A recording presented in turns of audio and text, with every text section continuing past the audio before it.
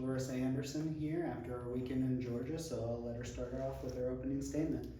I mean, came away from a tough weekend and a tough environment. Georgia's a really, really strong team, top 10 in the country. Their offense is very potent, but came away with a win, so very happy with that. Marissa McCann threw extremely well, and Abby Carr had a great day. Very successful on Saturday and being able to come away with a save. But I mean, overall, obviously you'd like to take more than just one, but coming away from a tough SEC weekend with one win on the road is we're happy with that.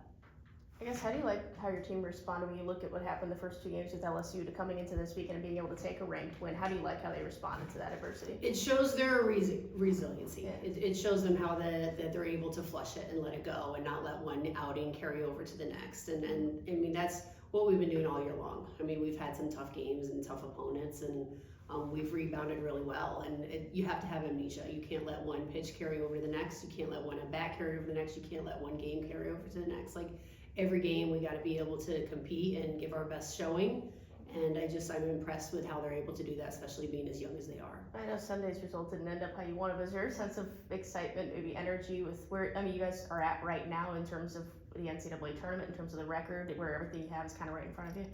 I mean, there's the excitement. There's also knowing that it's the sand bottle is dribbling away.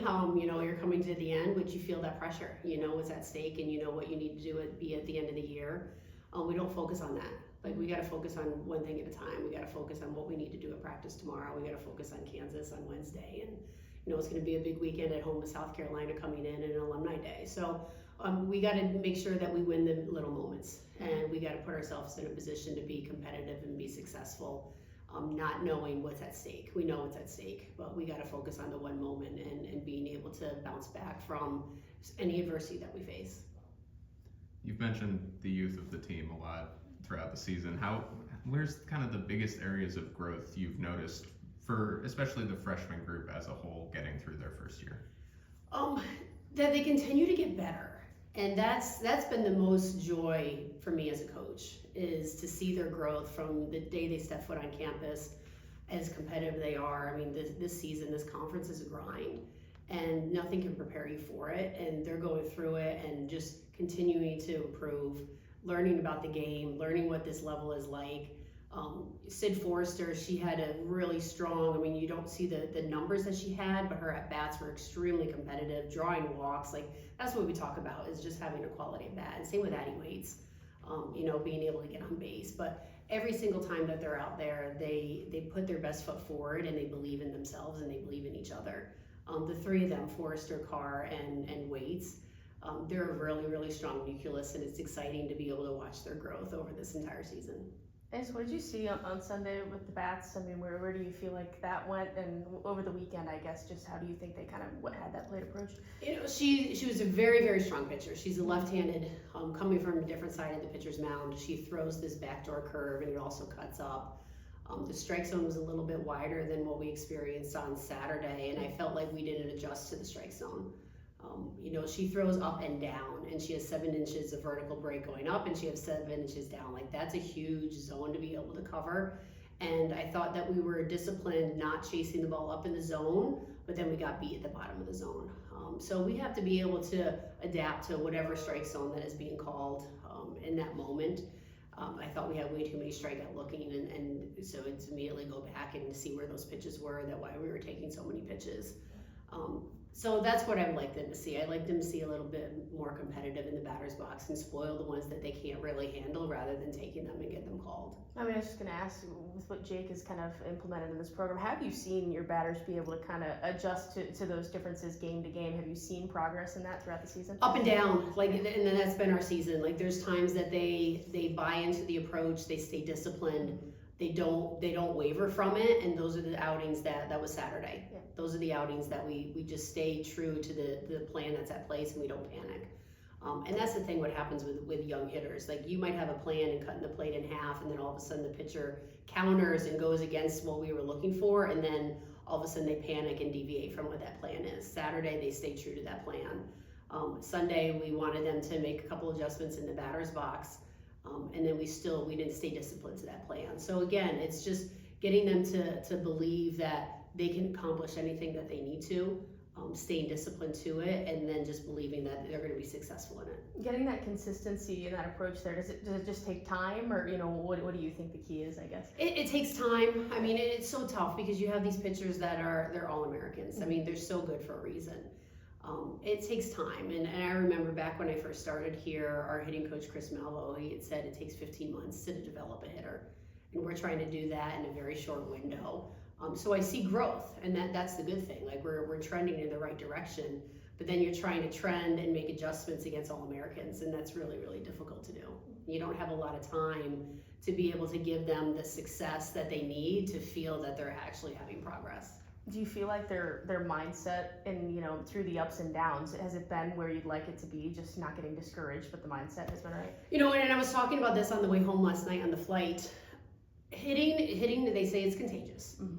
And our game is so built on failure. And like you think about, I'll just take the sport of basketball, and if you were to shoot 10 free throws and you only made 3 of them, you're not going to be on the court for very long. But when you're playing baseball and softball and you have 10 at-bats and you're successful 3 times, you have the potential to be an All-American. So when they square up a ball, and I'll take Abby Hay for instance, she had the bases loaded twice on Saturday, and her last at-bat, she squared up a ball, great pitch, on time, right at the center fielder. Nothing you can do about it. So you have to train your body and your mind to be happy with that result. Even though it was a negative result where you were out, you were happy the fact that you were on time, you squared up a ball. And that's probably the hardest thing to help young kids, because they were so successful in travel ball in high school, and they all batted over 500. It's really unrealistic to be able to do that at this level, and very, very few can. So it's getting them to realize that you win in other battles. You win by your pitch selection, you win by your timing, you win because you might have lined out to somebody and you have no control of where they're playing on the field. You win by getting hit by pitch and drawing a walk. So winning those little battles then can carry over to maybe a more successful at bat. But when they get discouraged because they feel like they're letting everybody down, they're letting their team down, they're letting themselves down, they're letting the crowd down because they didn't actually drive in a run, then that's where the mental aspect comes into play a little bit more. So it's just continue to encourage them that they're doing the right things, and eventually the ball's gonna fall. You mentioned trying to make these adjustments at the plate against such high-level pitchers in the shortened time period. You got a couple weeks left. It seems like margins are getting pretty thin at this point. Is the strategy maybe to try to center in on 1 or 2 specifics that you can try to help a hitter with going into the next game, or is it more of a broad, like you're talking about, mentality thing? There's 3 things in our game that we need to focus on every single outing that we have. 1, the pitchers need to keep people off base and not give up free bases, so it's limiting the walks. The second is to try to keep the ball in the ballpark, and if we give up a home run, it needs to be a solo shot, not by putting people on base with walks and then all of a sudden it's a 2 or 3 run home run. The other is to continue to play great defense, and then the 4th part is with our offense to be able to have quality at bats and just focusing on what is a quality at bat. Quality at bat is being able to hit the ball hard, getting on time, getting on base any way you possibly can, rather than just focusing on the hits. And when we talk about just swinging a good pitch, don't chase, shrink that strike zone, and now we have a different purpose in the batter's box rather than just solely focus on I have to get a hit.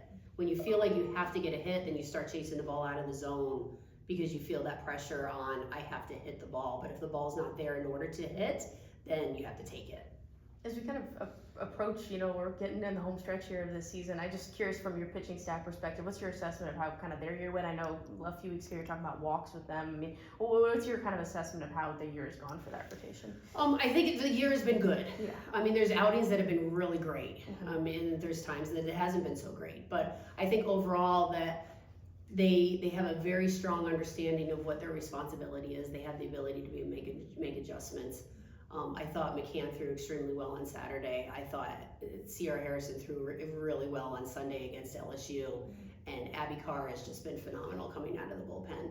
And then we piece it together with Donahue in spots and Mahalik in spots. And, so I think they believe in what they're doing. We're facing some really, really tough hitters. And there's times, and the one adjustment I'd like to see our pitching staff make is recognize when the opponent is very aggressive. Let's try to get them to swing at ball 1, ball 2. Rather than a pitcher's mentality is always get strike one, get ahead. But if the hitter is being so aggressive and that ball's a little bit too much on the plate, that's when it starts to get hard. So it's understanding the game within the game a little bit more. And that's just continuing to study the game and understand what you're asked to do. Abby Carr had more hits than she allowed on Saturday. We talk about her every week, but does it ever impress you, even more week to week? Do you ever get impressed now, or is that just Abby Carr at this point? I mean, I do, because she has been so consistent. And that's what's so fun about her. I mean, she's so extremely impressive. She's so competitive. I mean, every time she steps in the batter's box, she's just trying to hit the ball as hard as she possibly can. Like, it doesn't matter what the score is, what the situation is. She's just so consistent in what she does. And then when she came in with the bases loaded and no outs, like, just such great composure. And she gave up a couple walks, but she got out of that inning. And there's so many times that you don't know how an athlete's going to respond until they're actually in that situation. And she's been so composed in every situation that she's been in. You talked about your pitchers believing in like what they're doing. How important is it that they truly do believe in what they're doing, and like how does that impact their play and then like rub off on the team as a whole? It really does, and you can see it in their demeanor, like when they take command of a pitch that they're throwing. And I'll continue to reiterate this to them all the time, like, let me do the thinking. I'm calling the game, let me do the thinking, let me do all the preparation. Whatever pitch is being called, just own it. Have authority, have command. I mean, that's our motto, is to own it. So own what you're doing, own your craft, and then just execute it to the best of your ability. If you doubt what you're doing as an athlete in any sport, if you doubt what you're doing, you're not going to be fully invested into the execution. So there's times that I can see that there's a little self-doubt, or they might be a little tentative, or they're thinking, don't throw this, don't throw it over the heart of the plate, or don't walk her. That's a negative mindset. So it's trusting your ability and trusting that you can execute the pitch, and whatever happens once it leaves your hand, you have no control over. If you could just take us through the week, what stands out about Kansas and of course South Carolina? Kansas is having a great year. They're really strong offensively. They have they're veterans. They have a lot of upperclassmen. They have a lot of senior leadership within their lineup. One of their most impressive players, she's in the 2 spot right now. She has a homer. I think she has 15 home runs. I haven't seen what she did yesterday, but really strong offensively. So that's going to be key for our pitchers to make some really, really good pitches. We know it's a rivalry. Like, we know what's at stake here, and there's a lot of deep history going through. So we know that they're going to be coming for us. It's going to be a quick turnaround for us to get back on the bus on Wednesday and head on over there. But we got to compete. We got to be able to make some great pitches and take advantage of the opportunities we have offensively. Any questions via Zoom? With Gracie Britton contributing more on the team, you've got multiple people with like ties to Boone County in the area. What has it meant for your program to have players from Columbia contributing on your team? Awesome question. When I first got here, one of the biggest things was, let's keep the best players home. And it adds to your fan base and your donor base, because there's so much name recognition with a lot of these players from not just Boone County, but Missouri. And they take so much pride in playing here and playing for their home school and their flagship university. But then to have the donors know and watch them all through youth level and travel ball in high school, and now playing for Missouri. I mean, it's extremely important. And the pride, and Madison Updegrove has said it, Abby Hay has said it, Gracie Britton has said it, when they step foot on our field for the first time, and they remember what it was like sitting in the stands, and they were part of the ZOU in the chant, and now they're part of the MIZ. It's a different ownership that they have, and the pride that they have wearing tigers across their chest. How does that matter when you have a game like against Kansas, who's like a rival? They know what's at stake more than anybody else. Absolutely. The pride that they have, and the rich tradition and the history, and they understand the rivalry, it just means more. Does that rub off on the other players? Absolutely. I mean, you feel the fire and the energy in the dugout. I mean, it goes way back to, I'm thinking about Catherine Cadillac right now, and with her grandpa, John Cadillac. She would talk about it in the dugout and what this game means, because it was so rooted in her history. Coach, just going back to the series this past weekend, Randy Rolling, already a really good pitcher before this series, but what specifically was she doing that caused you much trouble on Friday and Sunday? Her movement, I mean, extremely difficult. Her velocity was in the mid-60s. She was getting up to around 67. But one, being a left-handed pitcher, she throws an extremely strong curveball, backdoor curve. So it's coming from a different window. And I was talking to Jake Epstein about this. She starts all the way over on the first base side of the pitcher's plate. So it's a very, very different window for the batters to be able to pick up where the ball's coming from. And then because everything that she throws starts a ball, because it's out of the zone. You think about all right-handed pitchers, everything starts a strike and then leaves the zone, unless they're throwing a true backdoor, but it's coming at most of the right-handed hitters. Our lineup is predominantly right-handed hitters. So every single ball is starting a ball, and then it's starting to enter the zone. So you don't know where it's coming from, if it's gonna be coming into the batter, if it's gonna be cutting up, or if it's gonna be cutting down. So very, very different angles, something that our hitters don't see very often, which we obviously had a hard time with. And then just in general, how do you go about facing a certain team's Friday starter? How do you go about attacking them a second time? Is there anything different there, or is it a similar scout to when you faced them the first time? We go back and we look at, every hitter looks at their individual, what was thrown to them, what pitches they were trying to swing at, what pitches they were missing. I thought we did a better job in laying off some of the rise balls. A lot of our strikeouts were obviously looking, and then we started to swing at the ball that was down, and she beat us on some curveballs. But it's what are you trying to look for, and what are you trying to eliminate, and that's really what we're looking for and how they're attacking us. And then last thing for me, you had touched on the game within the game for hitters. You had touched on it a little bit with pitchers. How's your pitching staff responded to maybe considering, I'm just trying to think of the hitting equivalent to not thinking that all strikeouts are bad or all fly ball outs are bad or all ground ball outs are bad? Are you trying to implement a similar thing where it's not all non-strikes are bad and not all necessarily quote unquote traditional negative results are bad? Have you seen that play out so far this season? You know, a lot of our conversations more about pitch setup and understanding what result you're going to try to create. And 21 outs is 21 outs, no matter if it's a strikeout, a fly ball, or a ground ball. You want your defense to make some easy plays. But understanding the game within the game a little bit more is, how do you try to set up hitters, and especially extremely strong hitters, where you're not gonna be able to throw the same pitch in the same spot 3 times and expect a good result. So some of our verbiage is, if you're throwing 3 pitches, we talk about being good, better, and best. The first one you throw has got to be good, the second one's got to be better, and the third one's got to be the best pitch that you throw. You can't throw the same pitch in the same spot and expect the same result. So it's being able to manipulate that ball a little bit more, throw it on a little different location, maybe some more spin, maybe change speeds if you're going to go to that same location. Great, thank you. Sure. Any other questions? All right. Cool. Thank you. Coach. Thank you.